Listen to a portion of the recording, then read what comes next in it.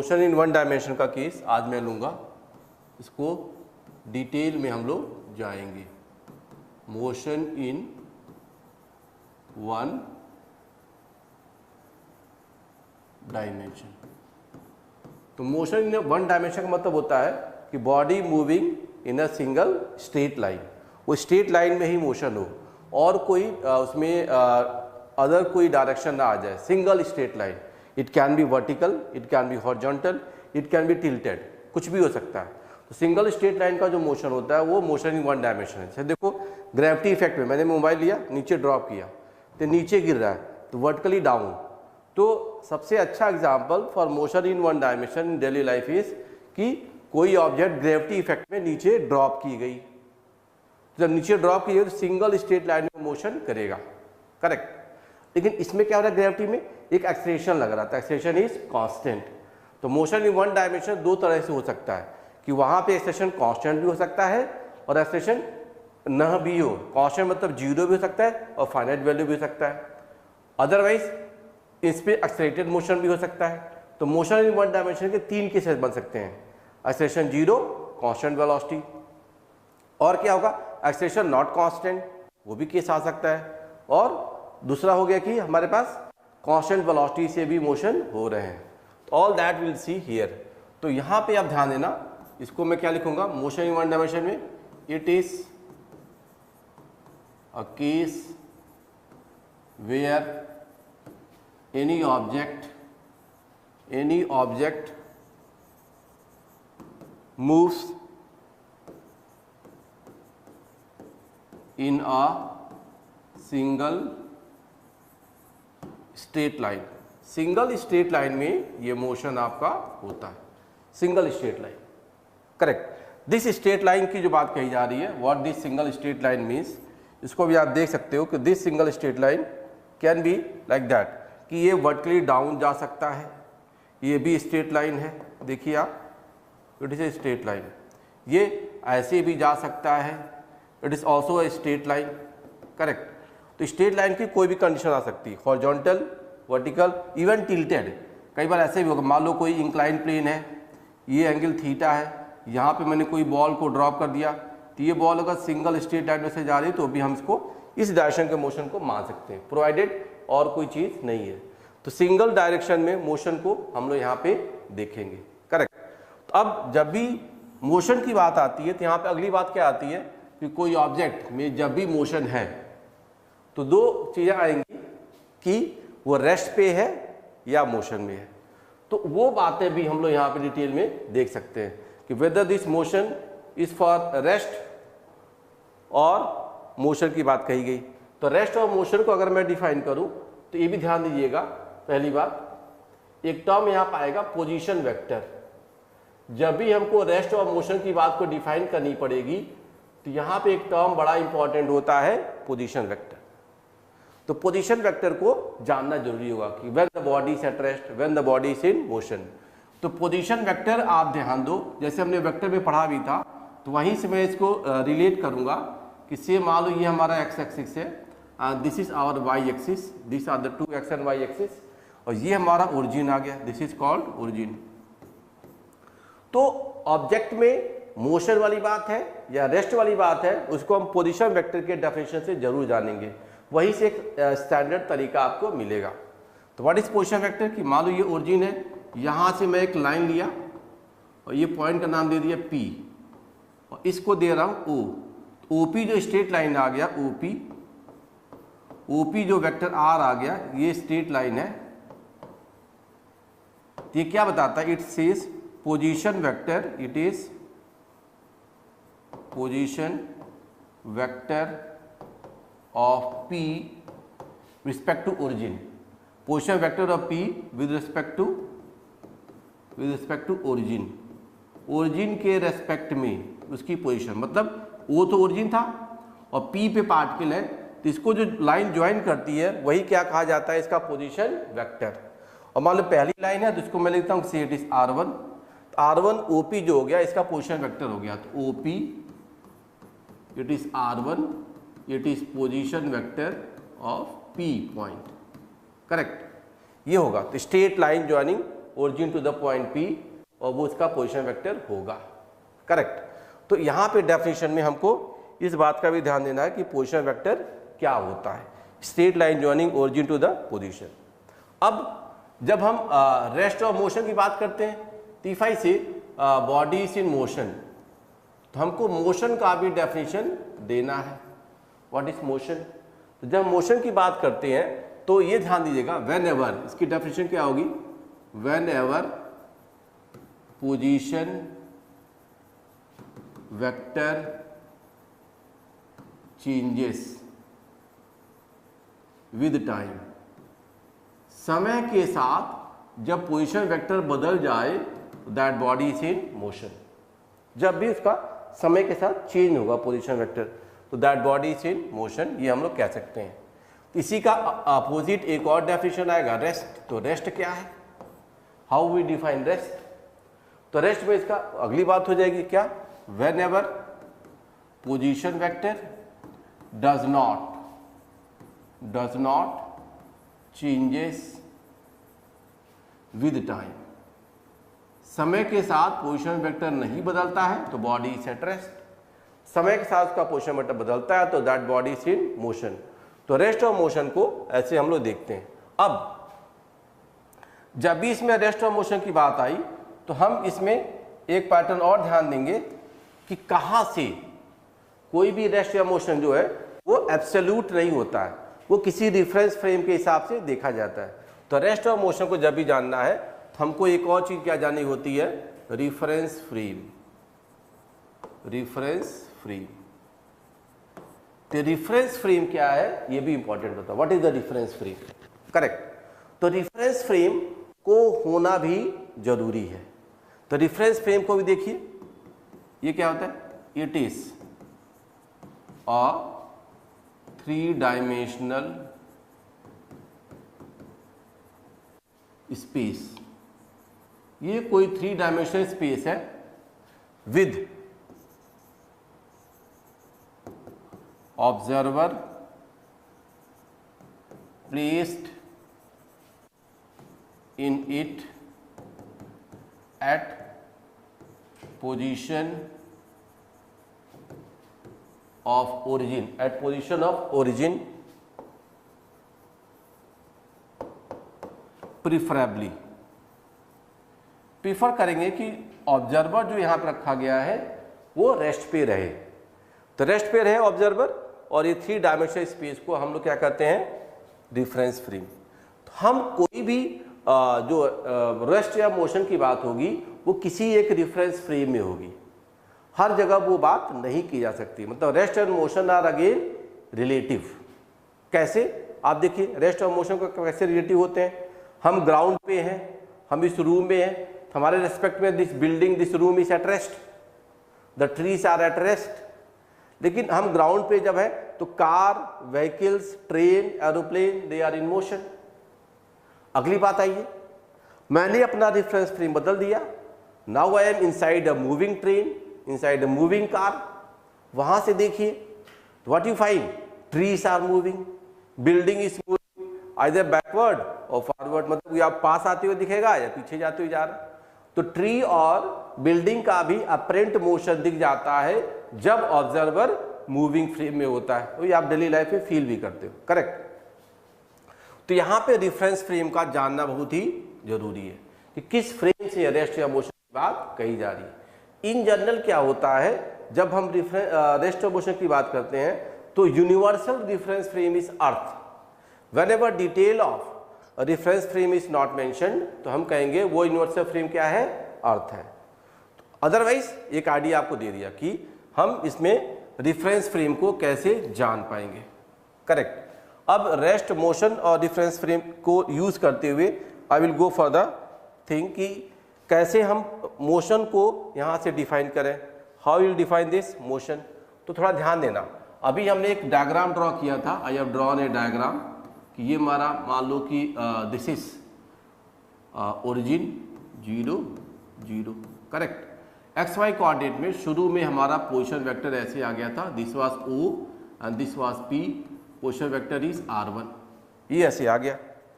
कुछ समय बाद, जैसे मान लो हमने यहाँ पे ये ओरिजिन पे ऑब्जर्वर को यहाँ पे रख दिया मैंने, observer is here at origin. Origin पे ऐसा पोजीशन होता है जहाँ पे एक्स और वाई कोऑर्डिनेट दोनों क्या है, 0 है। एक्स और वाई दोनों के जो कोऑर्डिनेट वैल्यूज है both are 0, correct, it is here.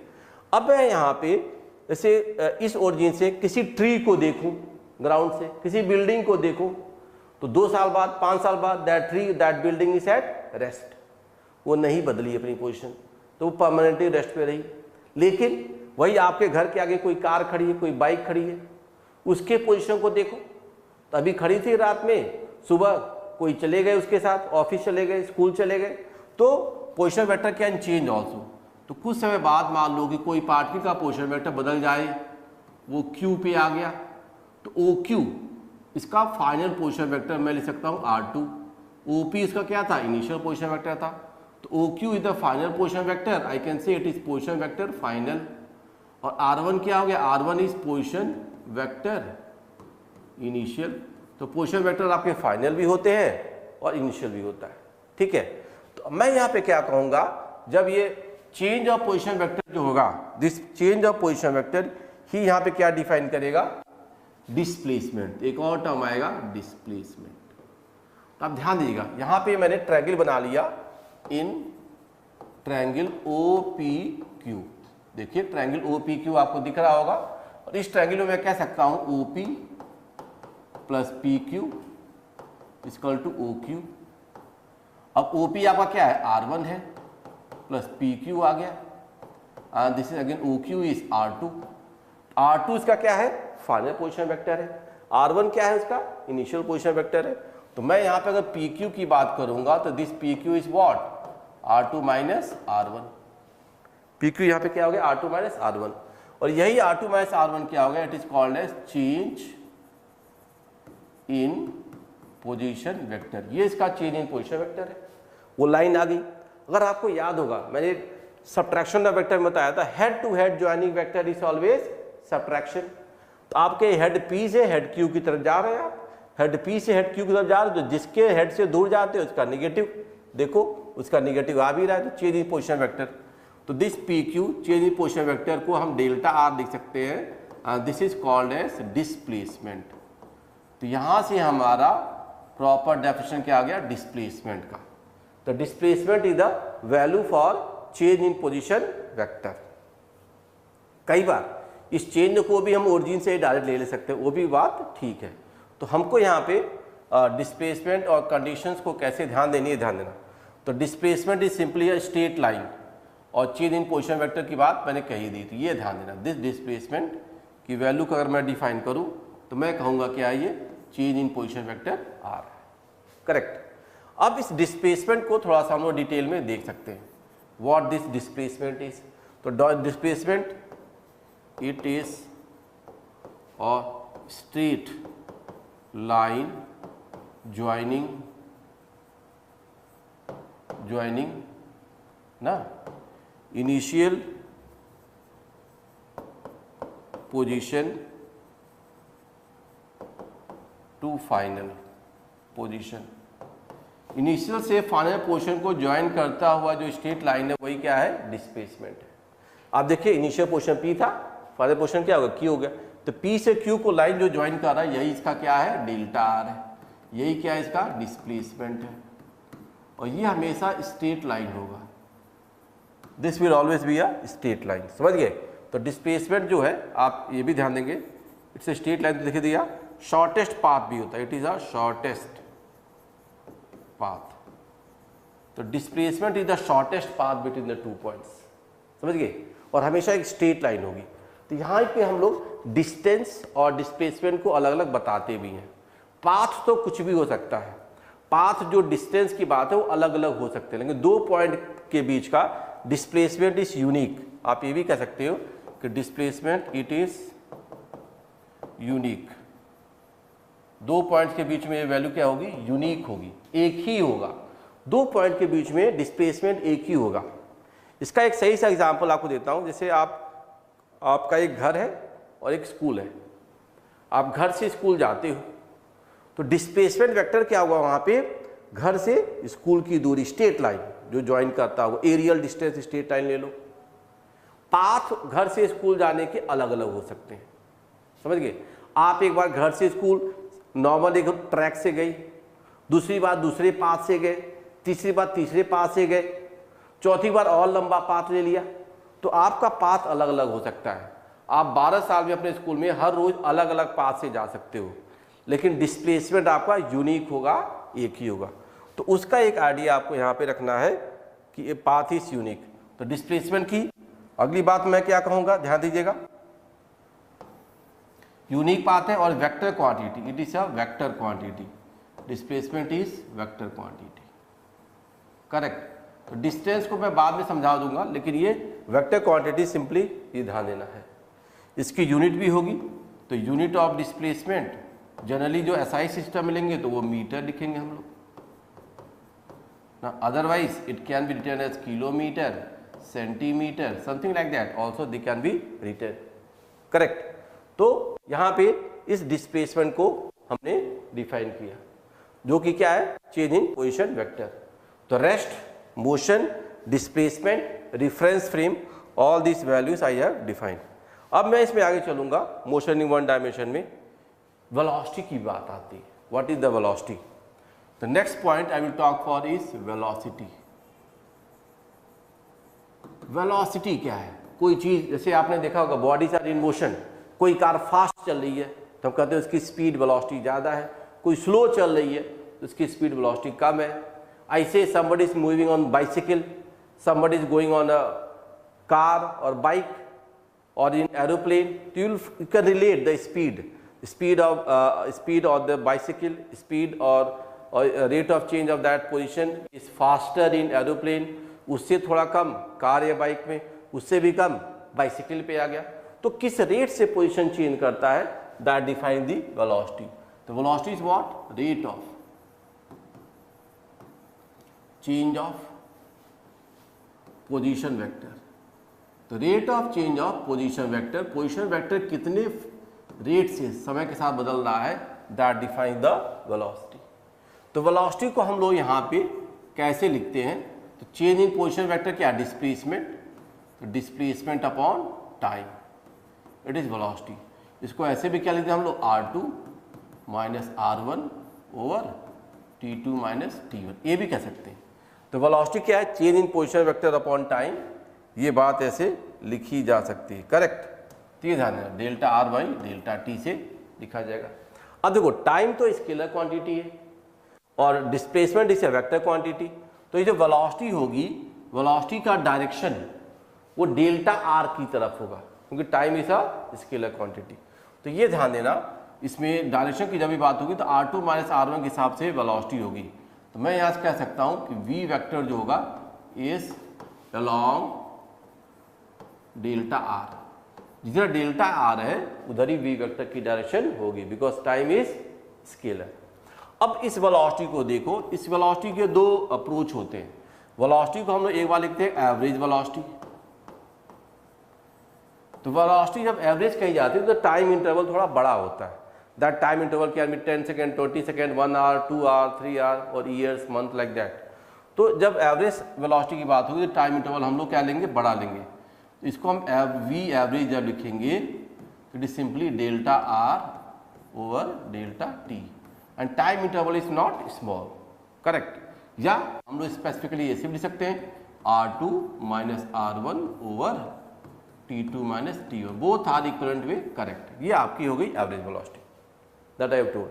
अगला इसमें कंडीशन आता है instantaneous velocity. Velocity can be instantaneous.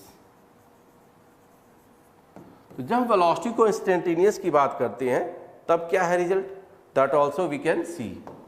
तो इंस्टेंटेनियस वेलोसिटी, किसी इंस्टेंट पे उसका मोशन देखा गया, केवल देखने में जितना समय लगा, तो देखने में जो केवल जो समय लगता है that is close to 1/20, 1/24 second, बहुत छोटा समय, just to see that thing. तो यहाँ पे जो टाइम इंटरवल होगा इंस्टेंटेनियस में, तो V average converts into V instantaneous में कन्वर्ट हो जाता है व्हेन हमारा जो टाइम इंटरवल है delta T tend towards 0, very small. वही मैं कहा 1/20 सेकेंड, 1/25 सेकेंड्स, लाइक दैट। तो जब स्मॉल हो जाता है तो delta T tending towards small को हम लोग और छोटी वैल्यू क्या लिखते हैं, डी टी, छोटा टी को हम डी टी लिख देते हैं, करेक्ट। जब डी टी होगा तो यहाँ पे डिस्प्लेसमेंट भी छोटा हो जाएगा। तो v इंस्टेंटेनियस को हम लोग क्या लिखते हैं, v इंस्टेंटेनियस को मैथमेटिक्स में कहूँ लिमिट्स में, तो limit of delta T tending towards zero, बहुत छोटा, और ये क्या हो गया, delta R by delta T. Delta T बहुत छोटा हो गया, तो ये देखो मैथमेटिकली मैं लिख दिया delta R by delta T, ऐसा जब समय बहुत ही छोटा हो जाए।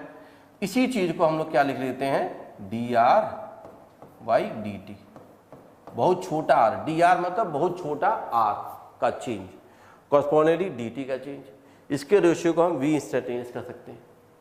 अच्छा एक चीज ध्यान देना, डी आर बहुत छोटा है, डी टी बहुत छोटा है, क्योंकि दोनों का रेशियो छोटा हो कोई जरूरी नहीं है।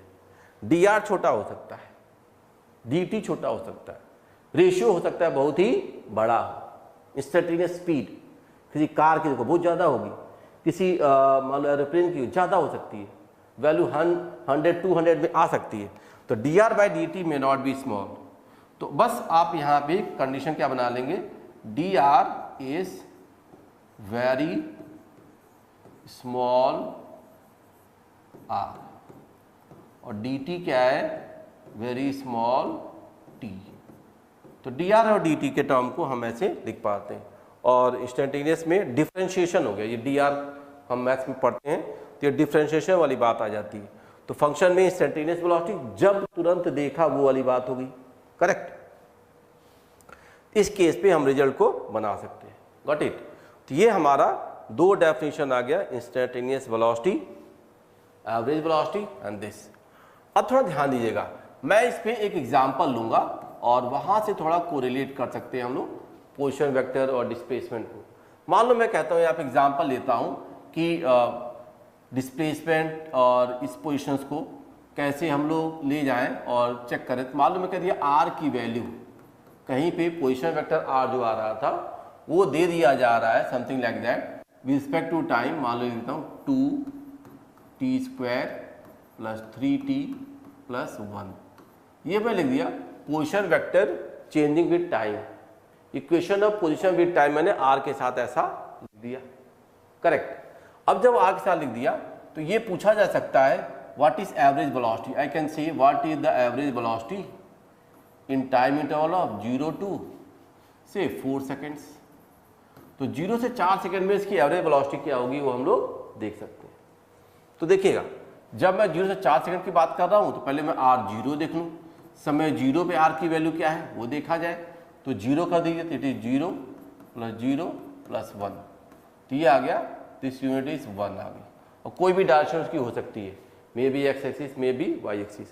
ऐसे ही r4 देख लो, समय 4 सेकेंड पे r की वैल्यू क्या आ गई, तो क्या होगा 2 × 4 का स्क्वायर प्लस 3 × 4 प्लस 1, ये आ गया आपका। देखिए तो ये आपकी वैल्यू जो आ रही है 16 × 2 क्या होगा 32 प्लस 12 कितना हो गया आपका 44 प्लस 1, ये 45 आ गया, तो ये 45 आ गया। r4 r0 क्या है 1 आ गया। तो this two values we have. If I have to see the average velocity, तो just see the average velocity क्या हो जाएगा r4 minus r0 over time interval t2 minus t1, तो क्या हो गया 4 माइनस 0। तो यहाँ से हम इसकी वैल्यू को बता सकते हैं। If you see that values already they are mentioned, it is 45 minus r0 की वैल्यू 1 हो गई अपॉन क्या 4 माइनस 0 एंड 4 माइनस 0 इज 4। तो ये टर्म देखें आप further, it is 44/4, it is 11 metre per second. अगर मैंने यूनिट्स SI में डाल दिया है तो 11 metre per second is average velocity. ये 0 से 4 सेकेंड के बीच का एवरेज वेलोसिटी है। 0 से 3 में हो सकता है एवरेज वेलोसिटी अलग हो, 0 से 2 वाले टाइम इंटरवल में एवरेज वेलोसिटी अलग हो सकती है, but it is for 0 to 4 metre per second में एवरेज वेलोसिटी आपको ये आ गई, करेक्ट। जैसे मान लो मैं यहाँ पे कह दूँ कि इसी क्वेश्चन में हमको एवरेज वेलोसिटी देखनी है। Suppose I say I have to see the average velocity in time interval of 0 to 3 second. ये वैल्यू आपको भी पूछा जा सकता है 0 to 3 सेकेंड में भी। हम चेक करें क्या दोनों वैल्यू सेम है, मे not B, may be may not B, दोनों बातें होंगी। अब यहाँ पे चेक करते हैं, तो अब मैं क्या करूँगा यहाँ पे इसको R3 minus R0 over 3 minus 0 कर दूंगा। ये क्या वैल्यू आ जाएगी, it is for average velocity, R3 minus 0 over 3 minus 0, just see. तो इसको मैं लिखता हूँ R3 में आप ले जाएं, तो इस कंडीशन को जब R3 में आप ले जाओगे तो just see your self, R3 में देखो क्या होगा 2 इंटू 3 का square, correct, plus 3 into 3 plus 1, ये रिजल्ट आ गया आपके पास।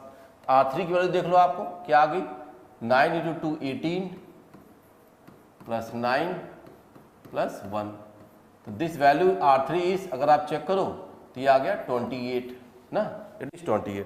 तो मैं यहाँ पे कंडीशन डालूँ तो ये हो गया 28 माइनस 1, क्योंकि R0 तो 1 था पहले ही, ये क्या हो गया 3 माइनस 1, ये क्या हो गया देखिए आप, दिस कंडीशन इफ आई सी, यहाँ पे मैं देख पाऊंगा इस रिजल्ट को, तो व्हाट आई विल से कि ये जो रिजल्ट आएगा आपका 27/3, it is 9 metre per second, and both are not same, ये दोनों वैल्यू सेम नहीं है। ये 9 मीटर पर सेकेंड आ रहा है, पहले 11 मीटर पर सेकेंड था, तो this velocities average they are not same.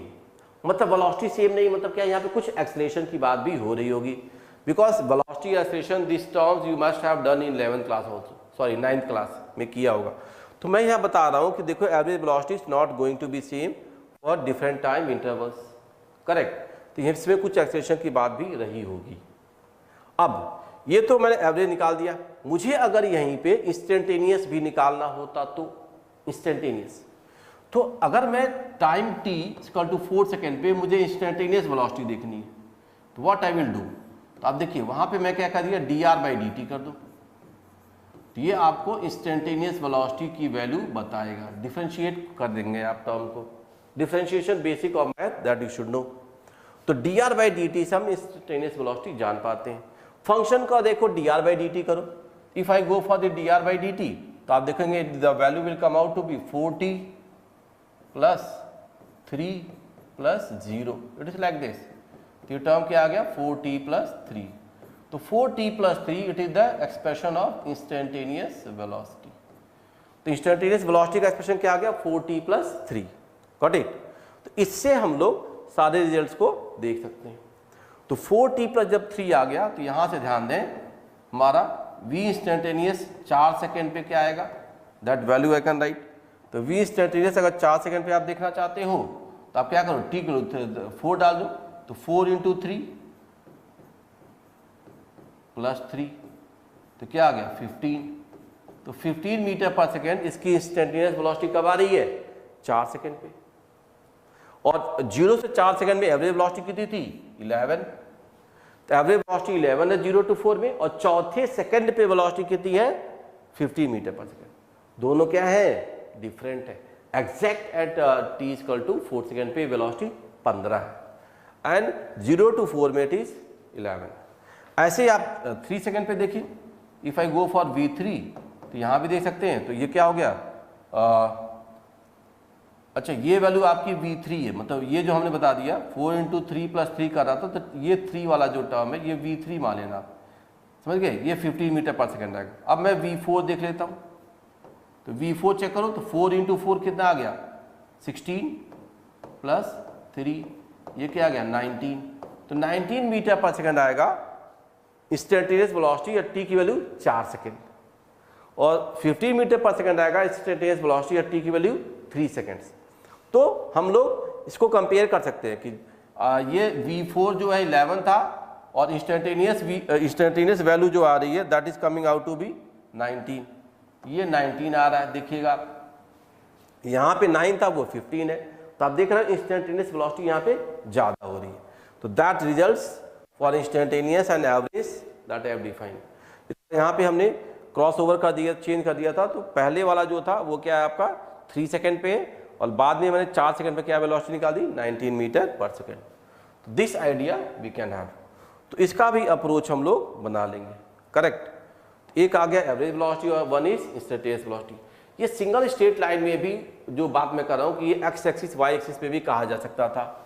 इसमें मैं एक और एग्जांपल एज ए क्वेश्चन ले सकता हूँ। मान लो मैं एक्स एक्सिस पे ही कोई पोजीशन लिख दिया किसी पार्टिकल का, वो लिख दिया मैं, यहाँ दिखेगा सपोज ऐसे it is T square plus 2t plus 1, ऐसे मैं लिख रहा हूँ equation, and this is for I cap. Now for X axis I can write it to be I cap. तो यहाँ पे फिर से हम लोग रिजल्ट को देख सकते हैं। I can ask you what is average velocity in 0 to 3 seconds, हम उसको देख सकते हैं। Instantaneous velocity also exactly at t equal to 3 seconds. देखिएगा ये 0 to 3 है, ये एग्जैक्टली 3 है। जब हम एवरेज वेलोसिटी इसकी बात सेकेंड एग्जाम्पल में देखना चाहता हूँ तो मैं क्या करूँगा, x3 minus x0 over 3 minus 0 ऐसा मैं लिख दूंगा। अब x3 की वैल्यू यहाँ पे देखिए क्या आएगा, x3 put the value of t as 3, तो आप देखिए t में 3 का स्क्वायर होगा 9 और ये हो गया प्लस 6, 15 प्लस 1 हो गया 16 आगे वैल्यू 9, 3 का स्क्वायर प्लस 2 इंटू 3 6, 15 प्लस 1 हो गया 16 माइनस x0, t को 0 डाल दो तो ये वैल्यू क्या आ गई 1 अपॉन ये देखिएगा 3 माइनस 0, तो ये टर्म क्या आ गया देखिए 15/3, ये हो गया 5 मीटर पर सेकेंड। तो 5 मीटर पर सेकेंड उसकी एवरेज वेलोसिटी आ रही है इन time interval of 0 to 3 seconds. तो 0 to 3 सेकेंड में इसकी एवरेज वेलोसिटी ये आ जाएगी, करेक्ट। इसी क्वेश्चन में अगर मैं इसको इंस्टेंटेनियस की बात देखता तो इंस्टेंटेनियस वैल्यू भी आप चेक कर सकते हो, व्हाट इट विल बी। तो ये क्या करोगे, एग्जैक्टली dx/dt कर दोगे, you will go for dx/dt, differentiate कर देंगे आप। तो dx/dt करिए, तो ये देखो इक्वेशन क्या आ जाएगी, it is 2t plus 2 plus 0, ये आ गया आपके पास। तो इसकी जो इक्वेशन आ गई velocity as a function of time t, that you can write it is 2t plus 2, ऐसे आ जा रहा है देखिए। तो 2t प्लस 2 में अब t की वैल्यू क्या डाल दो 3 ना, एग्जैक्ट उसी टाइम पे तीसरे सेकेंड पे एग्जैक्ट वैल्यू क्या आ जाएगी, 2 इंटू 3 क्या हो गया 6 प्लस 2 क्या होगा 8, तो ये होगा 6 plus 2 and it is 8 metre per second I cap. जो डायरेक्शन थी उधर ही इसकी वेलोसिटी मिल गई। तो आप देख रहे हैं इंस्टेंटेनियस वेलोसिटी 3 सेकेंड में क्या आ रही 8 मीटर पर सेकेंड, और एवरेज वेलोसिटी क्या आ रही 5 मीटर पर सेकेंड। इसमें कंटिन्यूसली स्पीड क्या हो रही है, बढ़ रही है, उसका टेंडेंसी ये बता पाया था। तो I think I have explained you the detail for average and instantaneous, इन दोनों टर्म का ध्यान देंगे। डायरेक्शन उधर ही होती है जिधर उसका डिस्प्लेसमेंट का चेंज की बात कही जाती है, करेक्ट। अब इसमें जो हमने डिस्प्लेसमेंट कहा ऐसे जो बता दिया, इसमें थोड़ा 1-2 केस और मैं रिलेट करता हूँ। जैसे मैं कह रहा था कि डिस्टेंस और डिस्प्लेसमेंट में क्या रिजल्ट आते हैं। जैसे देखो मैं कहता हूँ ये हमारा एक्स एक्सिस है, ये वाई एक्सिस था, और मैंने थोड़ा सा डिस्टेंस और डिस्प्लेसमेंट के यहाँ कोरिलेट करूँगा। Say I was having O and E was vector OP जो था मेरा क्या था R1 था। ऐसे देखिए कुछ समय बाद मैंने इसमें दूसरा वेक्टर लिया था OQ, तो Q पॉइंट जो था O से जाते हुए ये आपका R2 था। मैंने कहा इन दोनों को ज्वाइन करता हुआ जो स्ट्रेट लाइन है वही क्या है, डिस्प्लेसमेंट है। तो joining this two is a straight line, तो स्ट्रेट लाइन ये हो गया डिस्प्लेसमेंट, ये डिस्प्लेसमेंट है। डिस्टेंस में कहा इसमें बहुत सारे हो सकते हैं, पाथ जो होते हैं अलग अलग होते हैं। मैंने कह दिया P पॉइंट जो है ये आपका घर है, और Q पॉइंट जो आपका स्कूल है। आप घर से स्कूल जाते हो, लगभग रोज जाते हो, तो घर से स्कूल में एक शॉर्टेस्ट पाथ है। मैंने एग्जाम्पल यह कि आप 15 साल स्कूल गए, KG nursery and all that करते हुए, या 12 साल स्कूल गए, तो आपका पाथ अलग अलग हो सकता था। आप किसी दिन इस पाथ पे, आप ध्यान देना, आप किसी दिन इस पाथ पे ऐसे जा सकते थे, थोड़ा सा जिग-जैग करते हुए, ये आपका पाथ हो सकता था। किसी दूसरे साल आपने दूसरा पाथ फॉलो किया, ऐसे गए। किसी साल और अलग पाथ लेते हुए गए, किसी साल पूरा घूमते हुए गए कि और दूर चले गए, किसी साल इतना लंबा पाथ लिए पहुंचे ही नहीं, घर स्कूल ही नहीं गए। तो आपके पाथ अलग अलग हो सकते हैं। हर रोज आप नए पाथ से जा सकते हो। मान लो मैं कह दूं कि आपने पूरा उस स्कूल में मान लो कहते हैं कि 1000 डेज गए, in all the 1000 days you can take different path, but your displacement will be unique and that is one only. उसकी डायरेक्शन क्या होगी, फिक्स होगी। पाथ की तो कोई डायरेक्शन होती नहीं है। कभी इस गली से गए, कभी दूसरी गली से गए, दूसरे सड़क से गए, अगला मोहल्ला पकड़ लिए, कभी और मोहल्ला पकड़ लिए, कभी और दूर शहर ही बदलते हुए फिर गए, तो ऐसा भी केस बन सकता है। किसी ने ऐसा लंबा पाथ सोच लिया आपने कि जा ही नहीं पाए स्कूल, दूसरे शहर पहुंच गए, तो path can be any, correct. तो डिस्प्लेसमेंट और पाथ में थोड़ा सा आइडिया आप रखिएगा। पाथ जनरली हम जो लेते हैं वो स्केलर क्वांटिटी के हिसाब से ली जाती है and displacement is a vector quantity. अब डिस्प्लेसमेंट में एक और चीज होती है, बता दूं आपको कि दिस डिस्प्लेसमेंट, जब मैं ग्राफ से बता रहा हूं तो डिस्प्लेसमेंट समय अगर बढ़ता है तो मेरा जो डेल्टा आर डिस्प्लेसमेंट है it can increase, it can decrease. समय बढ़ने पर मेरा डिस्प्लेसमेंट वेक्टर जो होगा वो बढ़ सकता है, घट सकता है। तो इसकी अगर मैं ये कंडीशन देखूं तो इससे दो चीजें कहेगा, displacement can be positive, displacement can be negative, even displacement can be zero. आप अपनी कार में बैठे बहुत सारा डिस्टेंस घूम के आए, कहीं घूम के आए, वापस घर पे आ गए, तो आपका डिस्प्लेसमेंट क्या हो गया? जीरो हो गया। क्लोज पाथ का डिस्प्लेसमेंट जो होता है, कोई भी पाथ रहा उसमें वापस आ गए हम लोग, तो वापस जब आ जा रहे हैं तो this displacement delta R is zero, delta R is zero in a closed path. ये आप हमेशा याद रखिएगा कि क्लोज पाथ का डिस्प्लेसमेंट हमेशा क्या होगा? Zero. This condition also that I have done. तो एक रफ आइडिया बना के रखना है ऑल दिस वैल्यूज। तो वेलोसिटी की बात मैंने कर दी और डिस्प्लेसमेंट की बात कर दी। नाउ अगला इसमें स्टेप हम लोग क्या ले सकते हैं बियॉन्ड दिस? एक और टर्म आता है acceleration. What is that acceleration? तो एक्सेलरेशन को भी हम लोग डिफाइन कर लेंगे। तो next point I am going to say is acceleration.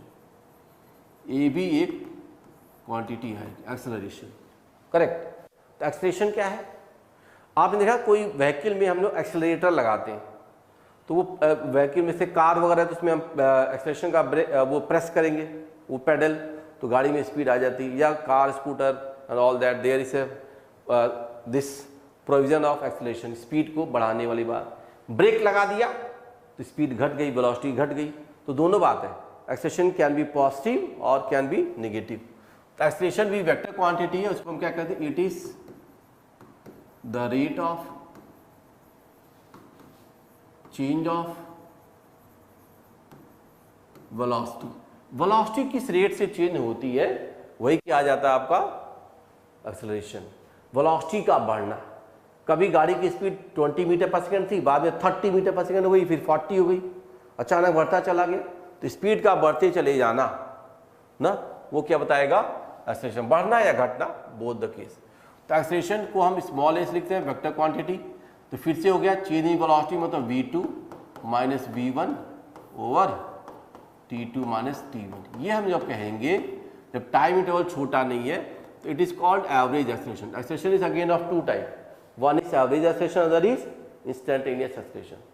तो जब हम एवरेज एक्सेलरेशन की बात करेंगे तो टाइम इंटरवल छोटा नहीं लेंगे और वेलोसिटी के चेंज से ऐसा देख सकते हैं। से मान लो मैं कहता हूं मेरे पास इक्वेशन जो है वेलोसिटी की ऐसे आ गई है, velocity v equal to 3 + 2t। किसी व्हीकल की वेलोसिटी ऐसे आ गई 3 + 2t ऐसे आ रही है, तो समय बढ़ेगा तो वेलोसिटी क्या कर रही है? बढ़ रही है। अब मैं यहाँ पे एक्सेलरेशन निकालना चाहता हूँ for the case for this if I say I have to see the average acceleration in time interval of 0 to से 5 सेकेंड्स। तो 0 से 5 सेकेंड में हमको यहाँ पे एवरेज एक्सेलरेशन देखना है, तो चेंज इन वेलोसिटी में कर दूंगा। तो I will say it is v5 minus v0 over 5 minus 0। तो क्या दे देगा आपको? एक्सेलरेशन एवरेज की बात कर देगा। v5 देखिए वहां पे क्या जाता है, तो 2 × 5 10 + 3। तो मैं कह दूंगा v5 की वैल्यू यहाँ देखिए तो 10 + 3 आ गया 13। यहाँ v0 देख लो तो v0 क्या आ गया 3, क्योंकि t की वैल्यू 0 आ गई। तो अब देखिए ये क्या हो गया 13 माइनस 3/5। तो क्या आ गया 10/5, it is 2 metre per second. तो 2 metre per second square, correct, ध्यान दिएगा। वेलोसिटी एक्सेलरेशन का जो यूनिट होगा metre per second square, velocity upon time. तो इसका एवरेज एक्सेलरेशन जो आ गया in the time interval of 0 to this 5 second is 2 metre per second square. ठीक है, ये वैल्यू मैंने v3 और v0 से ऐसे निकाल ली। अगर मैं यहीं पे एक और केस कह दूं कि इसकी एवरेज एक्सेलेरेशन बताइए इन time interval of 0 to 3 second, ये भी किया जाए, थोड़ा इसको भी चेक किया जाए। तो ये तो 0 to 5 सेकेंड आ गया, it is for 0 to 5 second. तो 0 to 3 सेकेंड में अगर मैं देखना चाहता हूँ, ये तो 0 to 3 सेकेंड जस्ट सी, तो मैं क्या कहूँगा v3 minus v0 over 3 minus 0। अब देखिए v3 टाइम को क्या डाल दो, 3 डाल दो, समझ गए। तो 2 3 6 प्लस 3 क्या हो गया 9। तो v3 की वैल्यू आप यहाँ चेक करोगे तो v3 इज 9 और v0 आपका कितना है, देखिए v0 इज 3। यहीं से रिजल्ट आ जाए तो क्या होगा 9 माइनस 3 ओवर 3। तो ये वैल्यू क्या आ गई देखिए आपको यहाँ पे फिर से आ रहा है, this term is 6/3, it is 2 metre per second square. तो ये 2 मीटर पर सेकेंड स्क्वायर यहाँ भी आया और यहाँ भी आया। Both the cases the values are coming out to be same ना। तो यहाँ देखिए यही भी 2 मीटर पर सेकेंड स्क्वायर है और यहाँ भी 2 मीटर पर सेकेंड स्क्वायर है। तो एक्सेलरेशन का मैग्नीट्यूड दोनों जगह क्या आ रहा है, सेम आ रहा है। मतलब यहाँ पर एक्सेलरेशन क्या है, कांस्टेंट है। मतलब velocity is increasing at a constant rate ना। और एक्सेलरेशन की यूनिट क्या होती है ये भी ध्यान देना, मैं अब बता ही दिया था। इसकी यूनिट जो होगी, unit is metre per second square, और ये भी एक वेक्टर क्वांटिटी है, ये भी वेक्टर क्वांटिटी है। इसकी दिशा की बात होगी, डायरेक्शन की बात होगी, तो direction is along delta we, क्योंकि समय तो स्केलर क्वांटिटी है, तो direction is along delta we. इधर वेलोसिटी का चेंज हुआ वो आप ध्यान देंगे। और एक्सेलरेशन जो होता है, acceleration can be both, acceleration can be positive, acceleration can be negative. Acceleration positive मतलब वेलोसिटी स्पीड क्या करती है, बढ़ती है। एक्सेलरेशन नेगेटिव मतलब वेलोसिटी या स्पीड क्या करती है, घटती है। तो दोनों चीज़ें हो सकती हैं। जब आप गाड़ी में ब्रेक लगाते हो तो एक्सेलरेशन इज नेगेटिव, और 0 से रेस्ट स्टार्ट करते हो तो एक्सेलरेशन देयर इज पॉजिटिव। तो acceleration can be both positive and negative. तो एक आइडिया आपको यहाँ पे एक्सेलरेशन का भी मिल गया, और यूनिट क्या होती है दैट आई हैव डिफाइंड। हाँ, इस केस में क्या मिला था, हमारा acceleration was constant. Motion with constant acceleration भी हो सकते हैं, मोशन विद नॉट कांस्टेंट वाले भी आ जाएंगे। वो सारे केस, रॉकेट का प्रपल्जन है, रॉकेट ऊपर गया, मिसाइल ऊपर गया, हिट किया, तो उसका एक्सेलरेशन जो है वो बढ़ता जाएगा, समझ गए। और ग्रेविटी इफेक्ट में जो मोशन है, केवल ग्रेविटी इफेक्ट में, तो वहाँ एक्सेलरेशन की वैल्यू g है, दैट इज कांस्टेंट, करेक्ट। हम गाड़ी में जो ब्रेक लगा रहे हैं तो एक्सेलरेशन इज नेगेटिव। तो पॉजिटिव नेगेटिव ऑल दैट बातें हम लोग for the daily life also we can relate. This was for acceleration. Next, अब इसमें जब बातें आ गई आपकी एक्सेलरेशन, वेलोसिटी एंड ऑल, तो इसमें एक और टर्म आ सकता है, क्या कोई rate of change of acceleration भी होता है।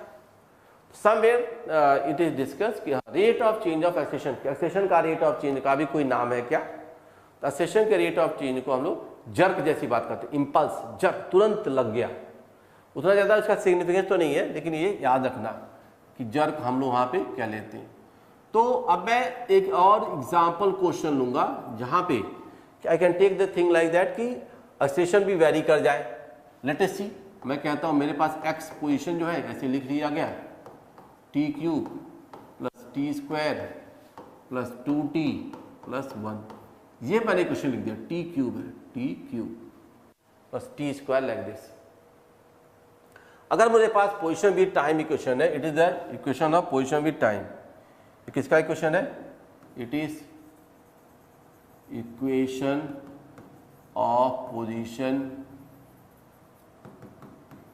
With respect to time, time के साथ पोजीशन है इसका। तो अगर मैं यहां से इसकी वेलोसिटी की बात करता तो वेलोसिटी क्या होता, सिंपली इसको डिफरेंशिएट कर दो तो मैं यहाँ पे वेलोसिटी विद टाइम इक्वेशन निकाल सकता था। तो that could I have got it as 3t² plus 2t plus 2 plus 0। ये आ गया आपका, उसको डिफरेंशिएट जब मैं कर रहा हूँ तो ये क्वेश्चन आ गया वेलोसिटी विद टाइम। तो वेलोसिटी विद टाइम अगर आप देखेंगे तो it is 3t² plus 2t plus 2, ये आ गया ना। ये किसी टाइम पे हम वेलोसिटी को निकाल सकते हैं। ऐसे ही मेरा एक्सेलरेशन विद टाइम भी आ सकता है। Acceleration with time equation that also I can right. तो एक्सेलरेशन विद टाइम आप जाओगे तो देखो रिजल्ट क्या आता है। ऐसे इसको फिर से डिफ्रेंशिएट कर दो, the rate of change of velocity is acceleration. तो ये आप देखते हैं तो ये क्या होगा, देखो इट इज 6t + 2 + 0। उसको मैं सिंपली डिफ्रेंशिएट कर दे रहा हूँ, तो इस वैल्यू इज 6t + 2। तो 6t + 2 एक्सेलरेशन का है, ये वेलोसिटी का है, ये पोजीशन का है।